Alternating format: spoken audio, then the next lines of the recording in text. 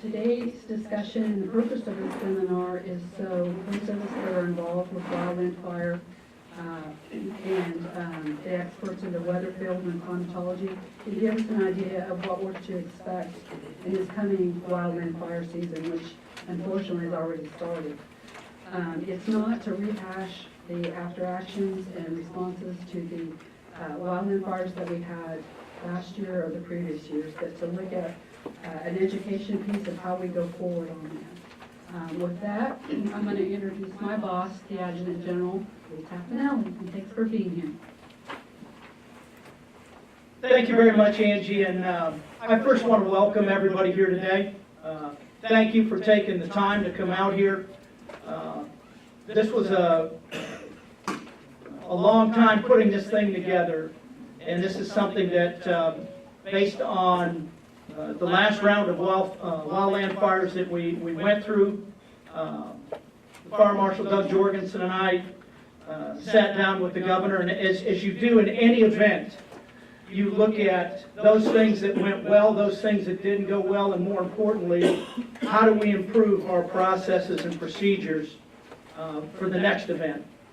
And so one of the ideas that we kicked around was on the front end of a fire season, what we wanted to do is pull the key stakeholders together and kind of review what the plans are, make sure that before we end up in our next wildfire, and there will be one, in fact, there has been already this year, that we've had an opportunity to synchronize our plans, make sure that we have an opportunity to meet the individuals that are in this room, and so that when we have the next fire, it's not the first time that we're all coming together, or the first time that we begin to look at our processes.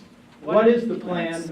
Where do I fit in that plan? How do I requisition resources? How do we synchronize those resources so that incident commander on the ground has the resources that he or she needs to effectively deal with the situation?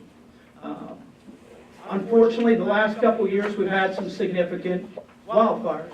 9 out of 10 times our local fire departments handle those each and every day, and there's no issues. But when we do have those situations where it exceeds their capacity, their ability to control the situation, and we have to go outside our normal processes for requesting additional resources, it's imperative that we understand how those resources are going to be requisitioned, how they're going to be allocated, and again, so that we make sure that we provide the right resources at the right time to be able to deal with the situation. So what we're going to want from today is, of course, the opportunity to have those discussions, but more importantly, what we'll be looking at is we want to make this an annual event.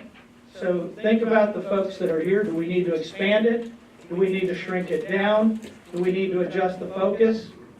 Because the whole idea of today is that we have these discussions on the front end of fire season rather than dealing with it during the fire season or after the fire season. So again, this is a great opportunity for us to make sure that we're all on the same page as it relates to the plans that are in place, the different authorities that are out there. The statutes are very specific about what authorities are there. Sometimes there may be some ambiguity, but for the most part, the statutes are very specific about what authorities lie where. And again, ultimately, this is about, from a statewide perspective, in my particular role in this, and the fire marshals, is to make sure that we are synchronizing and coordinating the right resources for that incident commander on the ground to be able to successfully manage that incident. Let me begin by saying we are real pleased to be a part of the operation that deals with the prevention and suppression of wildfire. Now, historically, we are celebrating our 54th year of activities with the fire program. Over that 54-year period, we have now organized 486 rural fire districts across the state. and we have trained volunteers within those districts for a 54-year period, and that's an ever-evolving different cadre of players that we are training. We've also issued over 500 pieces of fire equipment coming from the Department of Defense's Excess Properties Program. And that's also a revolving door on that, meaning when we first started this program, the equipment was Jeeps and pickups mostly.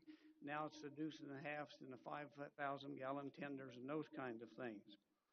One of the interesting things about fire in the rural parts of Kansas some 54 years ago, we only had 2 counties with fire protection outside of incorporated communities back at that time. Today, we have those 486 districts, and then within the incorporated communities, there are several other programs out there. One of the things that's also of interest to us is, as we have dealt with these wildfires over the last 2 years, there were some expressed needs for external resources, and we actually activated external resources this past year. What that translates to mean is we are a principal bridge to bringing outside resources into this state to help with the wildfire suppression. And in that regard, picking up on General Tafanelli's comments, I'm real pleased that we're focusing on planning for the next event, as more than likely, and all the forecasts suggest we're going to have many more of those kind of events. So in a partnership way, in my view, we're doing the right things at the right time as we think about 2018 and beyond. And one of the interesting things to me is we see all the fires in California right now, and how do you evacuate 250,000 people becomes a real question to me. But in that regard, we have some communities with some resources that's around the edge of these communities. We're going to lose fires in Kansas one of these days in some of our municipal areas. And then lastly, as I think about the livestock losses we have had this last year, it's one of those things that if there's any real sympathy, and I have lots of sympathy and empathy for these things, when you have penned livestock that can't escape, to me that's a real tragedy, and I don't know how we ever solve that problem. But I'm concerned about those loss of resources and the people who own those resources.